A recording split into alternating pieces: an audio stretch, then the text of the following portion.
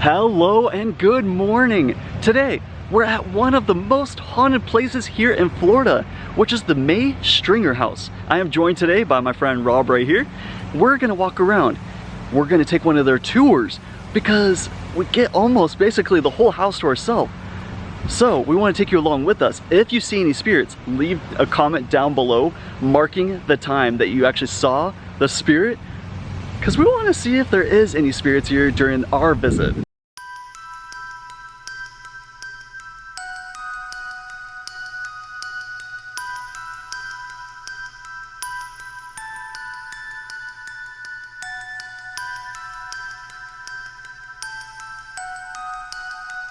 The original house is over here.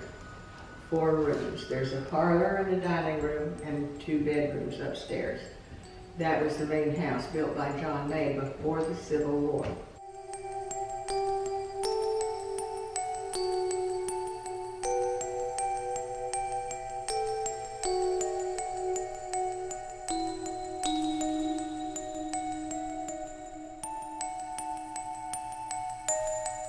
Then right after the Civil War, when Dr. Stringer purchased it, he started adding a room here and a room there, and the 4 rooms became 14 rooms.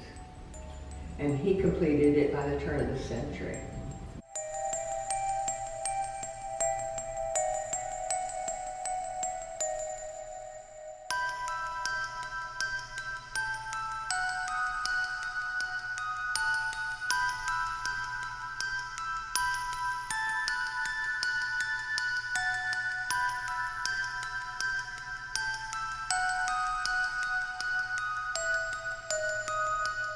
But this is my favorite. Let me see how we got to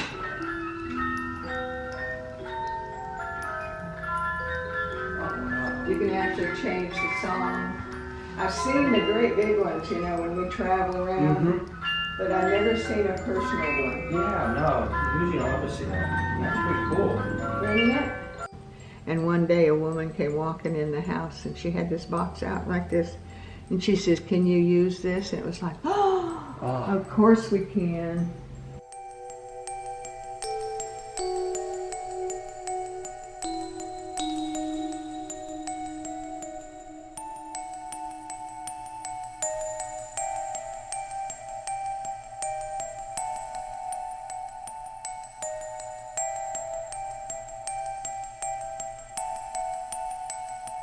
This was the second master bedroom of the house that was put on by Dr. Stringer and his wife.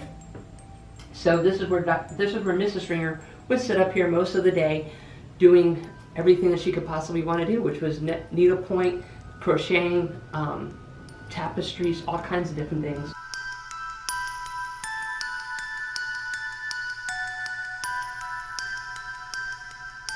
I'm going to start with the jewel of this room.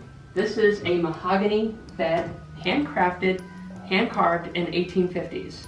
It is immaculately done. You would have to have a lot of money to be able to buy a house like this back then, so a doctor would definitely have this. Now, this wasn't the doctor's, this came from Ohio, and it was a canopy bed, and unfortunately we lost the canopy upon the move.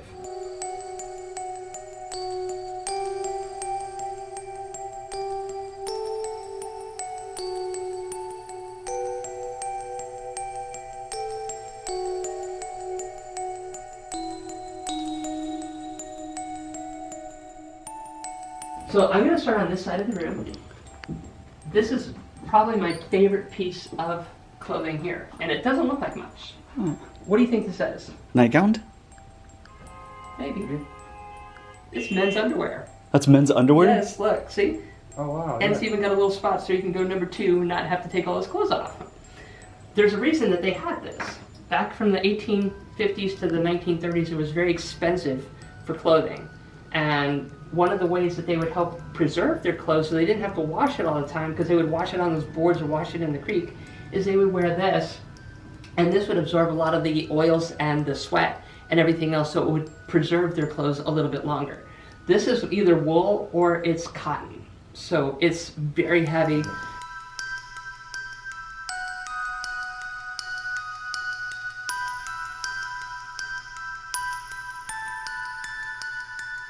They were lit by candlelight so he could shave. And the reason why sometimes they would keep it outside is that he'd be up at 3 a.m., maybe even 2 a.m. to get outside to tend to his garden and his farm. So kind of depended on what they were doing. You know, a businessman, a doctor could probably keep it in here. But of course they had candlelight so they saw what they were doing so they wouldn't rip themselves up with one of those. And obviously I wouldn't shave with that now because that definitely needs some tetanus shots if you take that. But this is the jug that they would bring in the water with, and they would heat it up and then put it in here.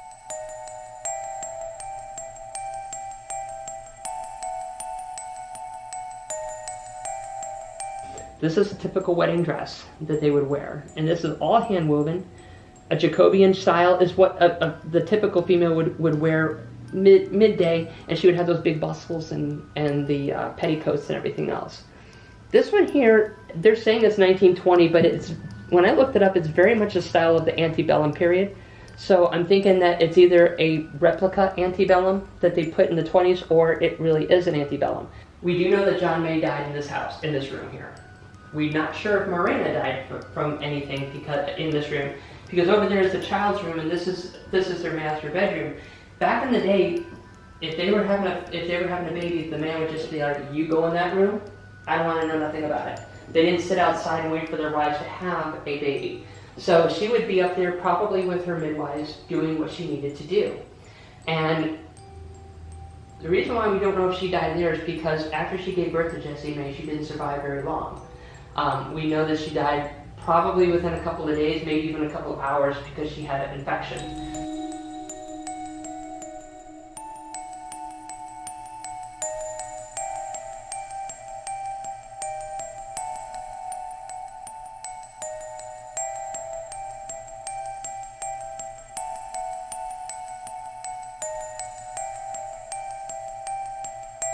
This is a stenographer, so this is a little different from what you would see here, but this is the 1800s. This is the space bar.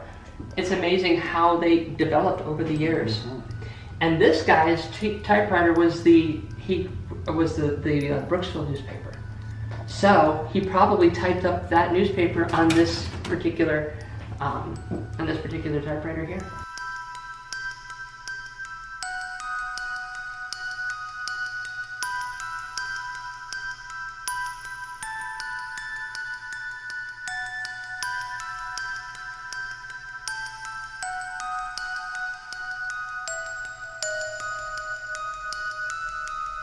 Man, I remember getting my mail out of this one here, and you know, it's really kind of interesting. That's made of brass, so it's probably a very expensive thing to have, and it's very heavy, to say the least. Okay. And of course, this is possibly the room that Marina died in. Now, this is also not only a dark room for his children, but it was also a room where the Stringer children grew up and probably had a lot of great memories.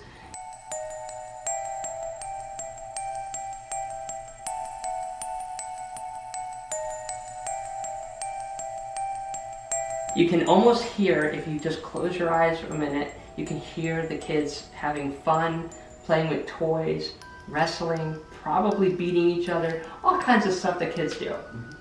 Baby cradle that was actually at the end of that bed is made in the 1860s, 1850s, 1860s.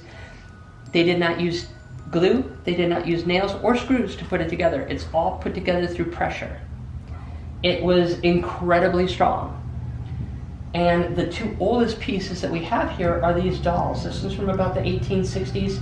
That one's from 1830, so Andrew Jackson was president at that time. That doll is made out of sawdust and paper mache with glass eyes.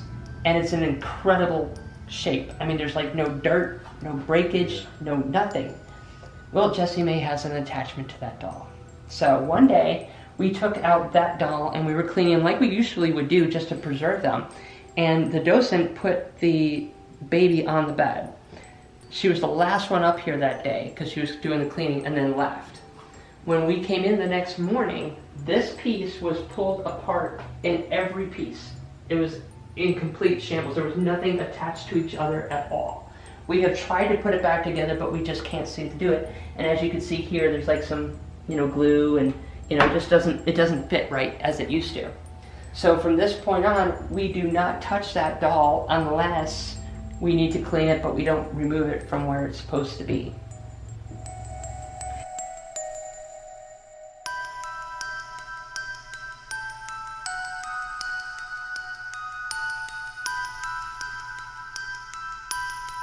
Dr. Stringer was pretty egotistical, as a typical doctor would be back then. That had a lot of money.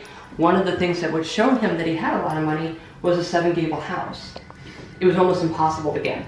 So what he did is he carved this out up here and put a little steeple up here so it has the 7 gables. Now, we do have a ghost that we don't have actual verification of this, but we do know, we have heard that a soldier, a World War I soldier, hung himself in this house. We believe that he did it right here. He opened it up and jumped through and just was found dangling there.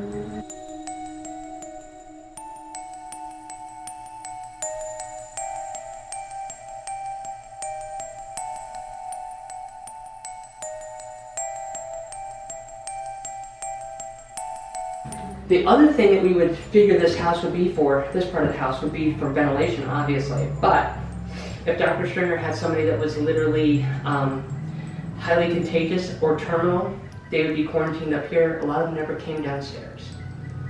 So, back then, yellow fever, smallpox, good, the good stuff.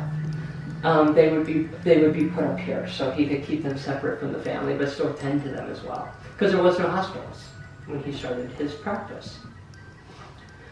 So a lot of death happened up here.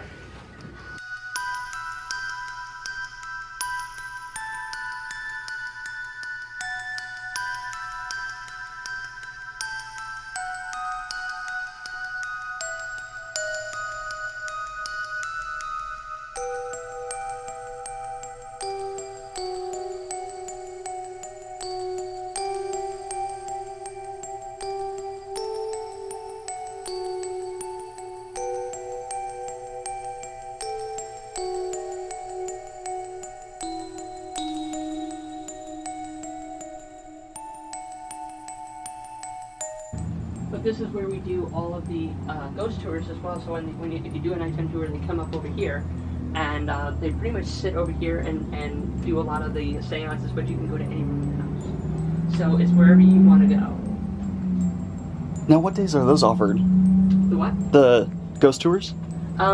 Friday, Saturday, and Sunday, and they're between 7:45. They want you here, and you have a 1-hour tour. Then you do a 1-hour investigation of whatever room you want to go to, or multiple rooms. We've not human who lives down in this area in here. So if you want to take a picture in there and see if you can find something, you might see it.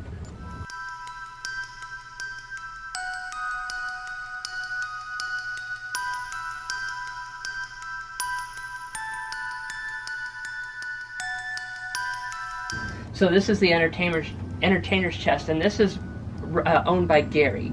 Gary was a vaudeville actor, and this was technically the very first form of a mobile home. This is where he would keep all his clothes, all his important papers. This is how he traveled, and honestly, this was very personal to him. So it would have the ability to contain that energy.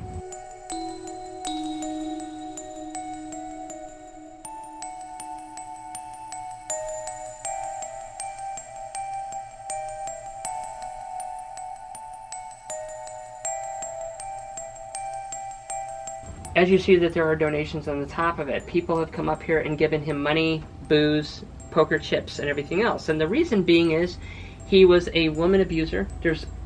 There is a theory that he killed a lady. We're not 100% sure, but he was also an alcoholic and a gambler. So people come up here to try to please him with these types of donations. And what's really kind of interesting is sometimes bottles of whiskey are gone. Something like this one up here. This one has fully come down. This one's almost down. This little strap here, that wasn't like that when it first started here, but those 2 bottles were here in January. So it's like somebody's trying to open them in New Orleans. What's really funky about that is if you turn it upside down, it makes another picture. It's very creepy and evil. And when when she passed away, all these weird things started happening at her son's house. Well, he didn't want to get rid of the painting, so what he did is he moved the painting out, gave it to us. We had things start to happen here, and it stopped where he was. Interesting enough, Catherine is a female. He's a woman abuser, so we get a lot of attention up here since that's happened.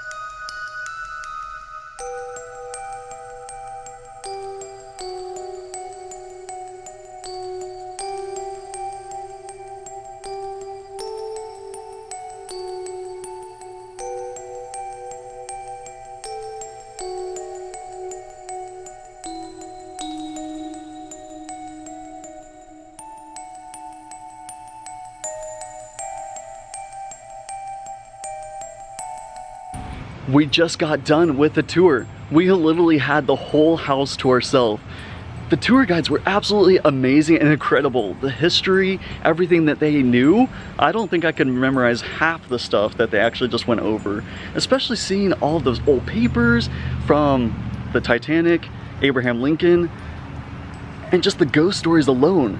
I am definitely going to be coming at night. I'm not sure if Rob will be coming with me. Possibly. Possibly. But in the future, I will be coming back here to actually do the ghost tour because I want to experience this place at night because they do let you roam the house a little bit by yourself. Now, thank you so much for coming along with us to this amazing museum that you can come and experience yourself because it is only $8.